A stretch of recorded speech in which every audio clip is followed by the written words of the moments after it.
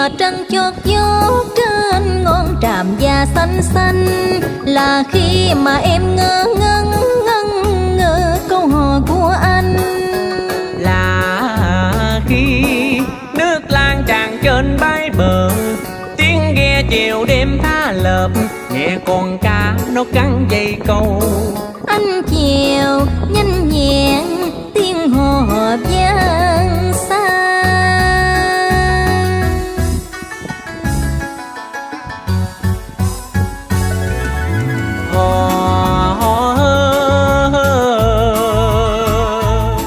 Tay mang bó mà xuống đồng, miệng hò tay cây mà lòng nhớ